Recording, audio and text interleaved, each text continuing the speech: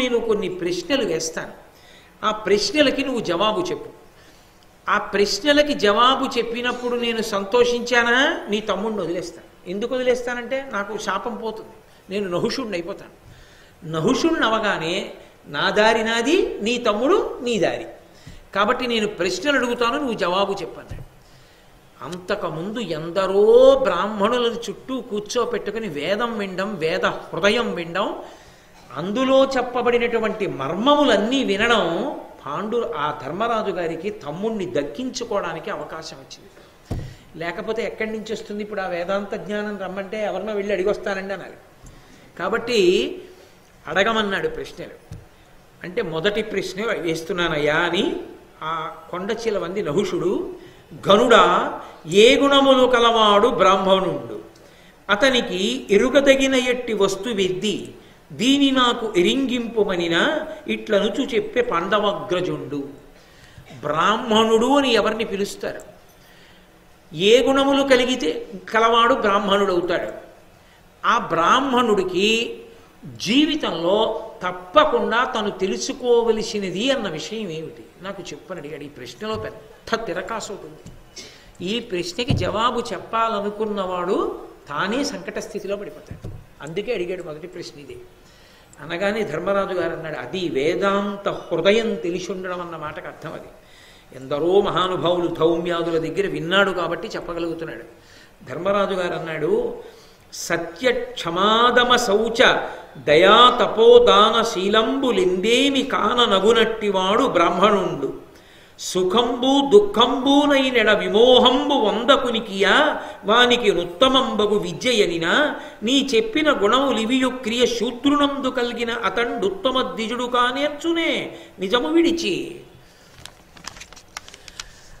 అట్టులైన బ్రాహ్మణాది వర్ణ విభాగమిట్లు కలుగునయ్యా, హీనులధికులను వివేకమది అపార్థంబగు కాదే అనిన అనియనంతకాత్మజుండు. ఇది చాలా పెద్ద ప్రశ్న వేసేసాడు. మొదటి ప్రశ్నే, బ్రాహ్మణుడంటే ఎవరు, ఏ గుణములు ఉండాలి, ఆయన తెలుసుకోవలసింది ఏదై ఉండాలి, అది కదా అడిగాడు.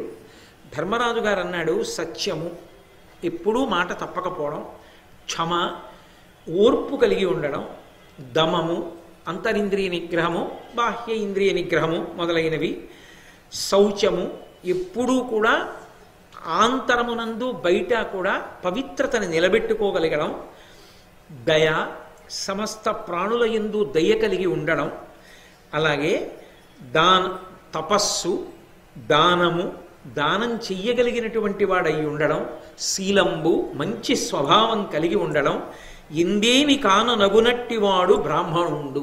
ఈ గుణములు ఎవరి యందు ప్రకాశిస్తాయో ఆయన బ్రాహ్మణుడు. సుఖంబు దుఃఖంబునైనడ విమోహమునందొందకునికియు వానికి నుత్తమంబగు విద్య. సుఖం వచ్చినప్పుడు పొంగిపోకుండా, దుఃఖం వచ్చినప్పుడు కుంగిపోకుండా, సుఖదుఖముల యందు సమానముగా ఉండగలిగినటువంటి స్థితిని చేరుకోవడమే బ్రాహ్మణుడి యొక్క లక్ష్యమై ఉంటుంది. బ్రాహ్మణునికి లక్ష్యం ఏది అంటే పొంగు కుంగు రెండూ లేకుండా అన్నిటి యందు సమాన భావముతో నిలబడగలిగినటువంటి స్థితిని పొందగలిగినటువంటి వాడై ఉండాలి. అటువంటి స్థితిని పొందితే ఆయనని బ్రాహ్మణుడు అంటారు అన్నాడు. వెంటనే నవ్వి నహుషుడు అన్నాడు, నేను ప్రశ్న అడిగాను, ఏ గుణములు ఉండాలి బ్రాహ్మణుడికి అని చెప్పాను. ఇది ఆ ప్రశ్నలోనే ఉన్నటువంటి సంకటం. నువ్వు కొన్ని గుణాలు చెప్పావు, మంచిది. కానీ వర్ణ విభాగము అని ఒకటి ఉంది కదా, 4 వర్ణముల కింద విభాగం చేశారు కదా. చేసినప్పుడు వర్ణ విభాగము ఆర్షధర్మమునకు ప్రాతిపదిక కదూ, ధర్మము వర్ణమును ఆశ్రయించి ఉంటుంది కదా. ఇప్పుడు నువ్వు చెప్పిన ప్రకారం అయితే ఒక శూద్రుడికి ఈ మంచి గుణాలన్నీ ఉన్నాయి, అప్పుడు అతను బ్రాహ్మణుడు అనొచ్చా? అప్పుడు మరి శూద్రుడు మంచి గుణములు కలగడం వల్ల బ్రాహ్మణుడు అయిపోతే ఇక వర్ణ విభాగం ఎందుకు వచ్చినట్లు? గుణముల చేత విభాగం అవ్వాలి, కానీ పుట్టుక చేత విభాగం ఎలా అయింది? అవదుగా. గుణములంటే పొందేవి, సాధన చేత పొందాలి. ఒక శూద్రుడు పొందాడు, అప్పుడు ఆయన బ్రాహ్మణుడేగా. మరి బ్రాహ్మణుడికి ఏముండాలంటే ఈ గుణాలు ఉండాలంటావేంటి? అప్పుడు నువ్వు చెప్పిన ప్రకారం అయితే పరమేశ్వర నిర్ణయం దోషభూయిష్టమైంది. గుణముల చేత పుట్టుకతో విభాగం లేదు. ఎవడు పొందాడో వాళ్ళందరూ బ్రాహ్మణులు అవుతారు తప్ప బ్రాహ్మణ్యము పుట్టుక చేత వచ్చేది కాదు. ఇప్పుడు మరి పుట్టుక చేత వచ్చేది బ్రాహ్మణ్యం కాకపోతే బ్రాహ్మణుడికి పుట్టినవాడు బ్రాహ్మణుడని ఎందుకు పిలుస్తున్నారు? అది బ్రాహ్మణ కుటుంబం అని ఎందుకు అంటున్నారు? మరి తప్పు కదా. అప్పుడు నువ్వు చెప్పేది ఈశ్వర శాసనానికి వ్యతిరేకంగా ఉందిగా, వేద హృదయానికి విరుద్ధంగా ఉందిగా, ఎలా కుదురుతుందా ఈ జవాబు అన్నాడు. ఇంకొకడైతే తత్తరపడిపోతాడు. అమ్మో ఏదో బ్రాహ్మణుడికి గుణాలు ఉంటే బ్రాహ్మణుడు అన్నాను, నిజమే. ఈ గుణాలు ఎవరికైనా ఉంటే వాడు బ్రాహ్మణుడేగా.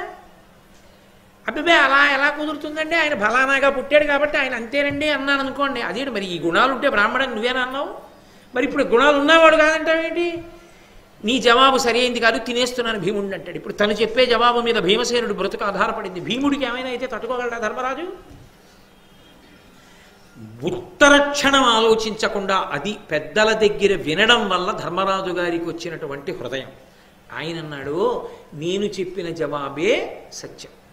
నేను చెప్పిన జవాబు మీరడిగిన ప్రశ్నకి వ్యతిరేకం కాదు. ఎందుకు కాదో తెలుసా? ఉత్తమమైనటువంటి గుణాల్ని ఒక శూద్రుడు పొంది ఉన్నాడు అనుకోండి, ఆయన ఉత్తమమైన శూద్రుడు అవుతాడు, చాలా ఉత్తముడైనటువంటి శూద్రుడు. ఆ కారణం చేత వచ్చే జన్మలో సద్బ్రాహ్మణుడు అవుతాడు, మోక్షానికి దగ్గరైపోతాడు. ఒక బ్రాహ్మణుడిగా పుట్టి ఈ గుణాలు లేకపోతే వాడు శూద్రుడితో సమానం అవుతాడు. వాడు బ్రాహ్మణుడని అనిపించుకుంటున్నా పైకి వాడు బ్రాహ్మణుడు కాడు, శూద్రుడు తప్ప. పుట్టుక చేత బ్రాహ్మణుడు కాకపోవడం అన్నది లేదు. పరమేశ్వరుడు ఇచ్చాడు, వాడు నిలబెట్టుకోలేకపోయాడు. శూద్రుడికి పరమేశ్వరుడు అంత స్థాయి పుట్టుకనంది ఇవ్వలేదు, కానీ వాడు పరిశ్రమ చేత ఆ స్థాయికి ఎదిగిపోయాడు. ఇది ఎటువంటిదో మీరు కొంచెం జాగ్రత్తగా అర్థం చేసుకుంటే, ఇది చాలామంది యొక్క మనస్సులో ఏముంటుందంటే, బ్రాహ్మణునిగా ఉండడం చాలా గొప్ప, ఏదో ఇంకొక రకంగా ఉండడం చాలా తక్కువ అని అనుకుంటారు. కానీ అసలు నేను మీతో పరమ సత్యం చెప్తున్నా, భారతం చెప్తూ, అసలు నిజంగా మనిషి తరించడానికి యోగ్యమైన జన్మ శూద్రుడే, బ్రాహ్మణుడు కాదు. నేను పరమ సత్యం చెప్తున్నాను. ఎందుకో తెలుసా? ఈ గుణాలు ఉండాలి. చచ్చినట్టు లేవాలి, సంధ్యావందనం చెయ్యాలి. చస్తుంటే సంధ్యమంత్రం అని సామెత. ప్రాణం పోతోందనుకోండి, ప్రాణోత్క్రమణం అయిపోతోంది, తెల్లవారు సమయం, అప్పుడైనా సరే ఎగౌపిరి వస్తుంటే తను చేయలేకపోతే కొడుకుని పిలవాలి.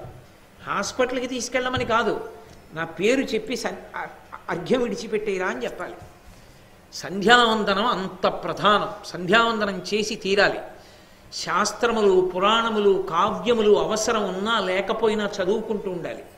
తను చదువుకోవడానికి కాదు, ఏ ప్రతిఫలాపేక్ష లేకుండా సమాజానికి మార్గదర్శనం చెయ్యడం కోసం విశేషమైనటువంటి త్యాగబుద్ధితో అలా మాట్లాడడం వల్ల తన ఊపిరి చాలా శ్రమపడిపోతుంది, తన ఆయుర్దాయం తగ్గిపోతోందని తెలిసినా కూడా కష్టపడి 10 మందికి మంచి మాటలు చెప్తూనే ఉండాలి.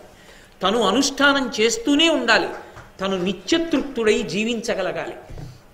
అలా జీవించగలిగిన ఒక బ్రాహ్మణుడికి సేవ చేశాడనుకోండి, తరించిపోయాడంతే శూద్రుడు.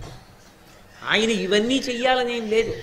మీరు చూడండి, పెద్ద పెద్ద అధికారంలో ఉన్నవాళ్ళు ఉంటారు, నాతో తరచుగా అంటుంటారు, నేను అదేం గొప్ప కంటం లేదు. వాళ్ళు ఏమంటారంటే, వినాలని ఉంటుందండి, ఎక్కడవుతుంది, రాలేకపోతున్నాం, సాయంకాలం బోలెడంత పని, రాత్రి 9 అయితే కానీ బయటికి రాలేము, ఎక్కడ రాగలం అంటాడు.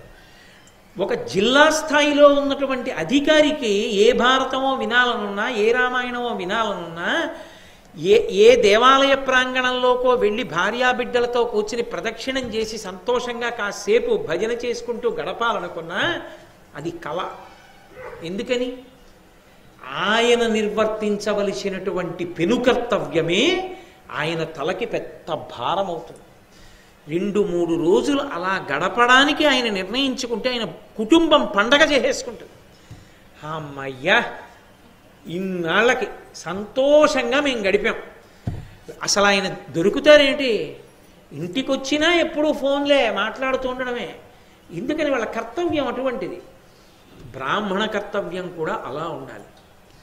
ఇవాళ ఉపన్యాసం చెప్తున్నాడని చదువుకోవడం కాదు, అవసరం ఉన్నా లేకపోయినా శాస్త్రాల్ని పరిశీలనం చేస్తూనే ఉండాలి. ఆ గుణములను సంపాదించుకోవడానికి యుద్ధం చేస్తూ ఉండాలి. ఎందుకని? ఓర్పుతో ఉందాం అనుకుంటాడు, ఎవరి మీద దెబ్బలాడతాడు. వెళ్ళి పరమేశ్వరుడికి క్షమార్పణ చెప్పుకోవాలి. ఓర్పు తరిగింది ఇవ్వాలి నాకు, ఈశ్వర ఇంకా ఓర్పుని, ఇంకా సహించగలిగిన శక్తిని అని అడగాలి తప్ప ఓర్పు తెగిపోతే యుద్ధభూమిలోకి వెళ్ళి యుద్ధం చేసేసి తాను చావడమో చంపడమో క్షత్రియుడికి ధర్మం, బ్రాహ్మణుడికి కుదరదు. ఓర్పే పట్టాలంతే.